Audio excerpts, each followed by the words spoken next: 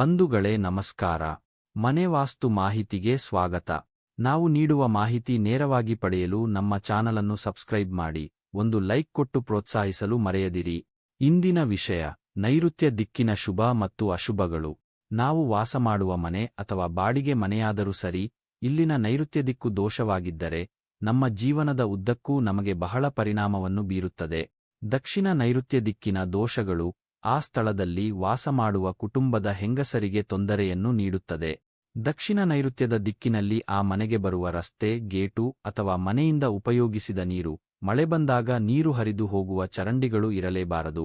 ಈ ದಿಕ್ಕಿನಲ್ಲಿ ಟಾಯ್ಲೆಟ್ ಗುಂಡಿಗಳು, ಬಾವಿ, ಬೋರ್ವೆಲ್ಗಳು, ಗೊಬ್ಬರದ ಗುಂಡಿಗಳು ಇದ್ದರೆ ಪ್ರಕೃತಿ ನಿಯಮದ ಪ್ರಕಾರ ಅಲ್ಲಿ ವಾಸಿಸುವ ಕುಟುಂಬದ ಹೆಂಗಸರು ನಿರಂತರ ಅನಾರೋಗ್ಯ ಸಮಸ್ಯೆಗಳಿಂದ ಬಳಲುತ್ತಿರುತ್ತಾರೆ.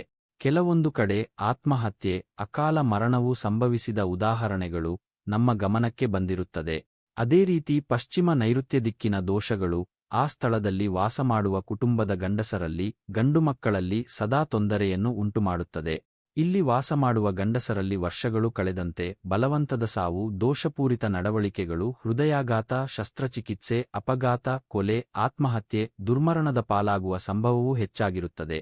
ಮಳೆಯ ನೀರು ಮತ್ತು ಮನೆಯಲ್ಲಿ ಉಪಯೋಗಿಸಿದ ನೀರು ಪಶ್ಚಿಮ ನೈಋತ್ಯ ಮತ್ತು ದಕ್ಷಿಣ ನೈಋತ್ಯ ದಿಕ್ಕಿನ ತೂಬಿನಿಂದ ಹೊರಹೋದರೆ ಅಲ್ಲಿ ವಾಸ ಮಾಡುವ ಗಂಡಸರು ಮತ್ತು ಹೆಂಗಸರ ಮೇಲೆ ಒಂದು ತಲೆಮಾರಿನಿಂದ ಇನ್ನೊಂದು ತಲೆಮಾರಿನವರೆಗೂ ನಿರಂತರವಾಗಿ ದುಷ್ಟಪ್ರಭಾವವನ್ನು ಬೀರುತ್ತಲೇ ಇರುತ್ತದೆ. ಇದಕ್ಕೆ ಪರಿಹಾರಗಳನ್ನು ಈ ರೀತಿಯಾಗಿ ಮಾಡಿಕೊಳ್ಳಬಹುದು. ನಾವು ವಾಸ ಮಾಡುವ ಮನೆಯ ನೈಋತ್ಯ ದಿಕ್ಕಿನಲ್ಲಿ ನಮ್ಮ ಮನೆಯ ಒಳಭಾಗದ ನೆಲದ ಎತ್ತರವನ್ನು ಗಮನಿಸಿಕೊಂಡು ಅದಕ್ಕಿಂತ 2 ರಿಂದ 3 ಅಡಿ ಎತ್ತರವಾಗಿ ಕಂಪೌಂಡುಗಳನ್ನು ನಿರ್ಮಿಸಿಕೊಳ್ಳಬೇಕು. ಕಂಪೌಂಡುಗಳನ್ನು ನಿರ್ಮಿಸಲು ಅಸಾಧ್ಯವಾದರೆ ಕಡಿಮೆ ವೆಚ್ಚದಲ್ಲಿ ಶೇಡ್ನಟ್ ಖರೀದಿಸಿ ನಮ್ಮ ವಾಸದ ಮನೆಯ ದಕ್ಷಿಣ ಮತ್ತು ಪಶ್ಚಿಮ ದಿಕ್ಕುಗಳಿಗೆ ಅಡ್ಡವಾಗಿ ಕಟ್ಟಿಕೊಂಡರೆ ಕೆಲವೇ ದಿನಗಳಲ್ಲಿ ಹಂತಹಂತವಾಗಿ ಸಮಸ್ಯೆಗಳಿಂದ ಪಾರಾಗಬಹುದು.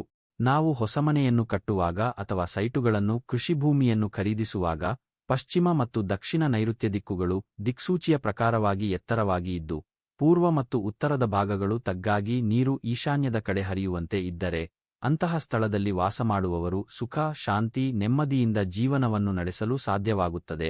ಇದಕ್ಕೆ ತದ್ವಿರುದ್ಧವಾಗಿ ಇದ್ದರೆ ನಿರಂತರವಾಗಿ ಸಮಸ್ಯೆಗಳನ್ನು, ಸವಾಲುಗಳನ್ನು ಎದುರಿಸುವಂತಾಗುತ್ತದೆ. ಇದನ್ನು ಸೂಕ್ತ ಮನೆವಾಸ್ತು ವಿಧಾನದಿಂದ ಸರಿಪಡಿಸಿಕೊಳ್ಳಬಹುದು. ನಿಮಗೆ ಹೆಚ್ಚಿನ ಮಾಹಿತಿ ಬೇಕಾದಲ್ಲಿ ಸ್ಕ್ರೀನ್ನಲ್ಲಿ ಕಾಣುವ ನಂಬರಿಗೆ ಕರೆ ಮಾಡಿ ಸಂಪರ್ಕಿಸಬಹುದು. ನಿಮಗೆ ನಮ್ಮ ಮಾಹಿತಿ ಇಷ್ಟವಾದಲ್ಲಿ ನಮ್ಮ ಚಾನಲ್ಗೆ ಒಂದು ಲೈಕ್ ಕೊಟ್ಟು ಮಾಹಿತಿಯನ್ನು ಇತರರಿಗೂ ಶೇರ್ ಮಾಡಲು ಮರೆಯದಿರಿ. ಧನ್ಯವಾದಗಳು.